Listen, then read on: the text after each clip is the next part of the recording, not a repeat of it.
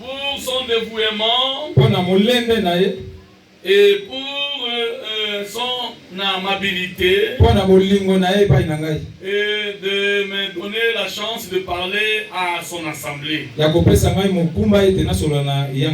entrant par ici, j'ai vu qu'il a fait un grand effort pour quand même ériger un tabernacle comme celui-ci. Dans une courte durée, en tout cas que Dieu lui bénisse. Ce que Dieu a béni reste béni. Ce que Dieu a maudit reste maudit. Les œuvres sont l'expression de quelque chose. Est-ce que vous êtes d'accord avec moi, Église? Comme le frère Branham l'avait dit, il était entré une fois dans une église. Il dit dans le message qui vous allez voir.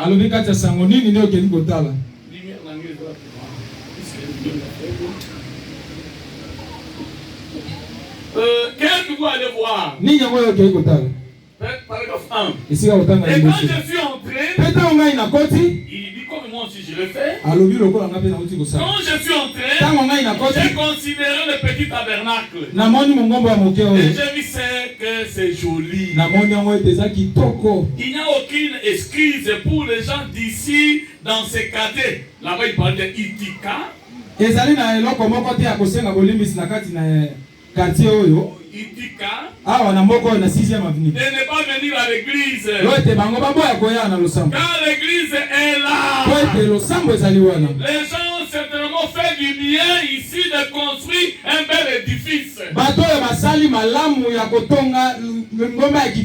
Joli et confortable. Un édifice qui n'est pas assez luxueux. Pour que vous vous sentez comme si vous vous sentez à mal à l'aise. Mais vous vous sentez vraiment à l'aise. Et c'est vraiment beau. C'est propre. Bien arrangé. J'aime cela dans l'église. Et c'est une occasion pour vous les gens de ce quartier. Dieu a voulu qu'une église soit érigée ici.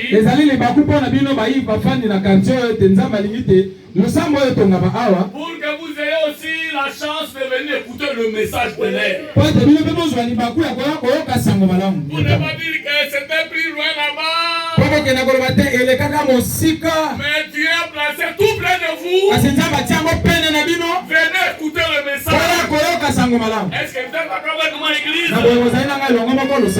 Soyez calme, je vais aller vite, mais avec beaucoup de précision. L'anniversaire de cette église, c'est merveilleux. Frère Branham aussi. On l'avait invité dans une cérémonie d'un anniversaire. Ce n'est pas mauvais. Ce n'est pas mauvais. De venir dans un anniversaire. Frère Branham dit. Vous voyez avec moi? Les soins de Pâques. Paragraphe 1. Du 10, 4, 65. Tradition Canada. C'est vraiment un privilège pour moi. Pour moi aussi, Mita. C'est vraiment un privilège pour moi.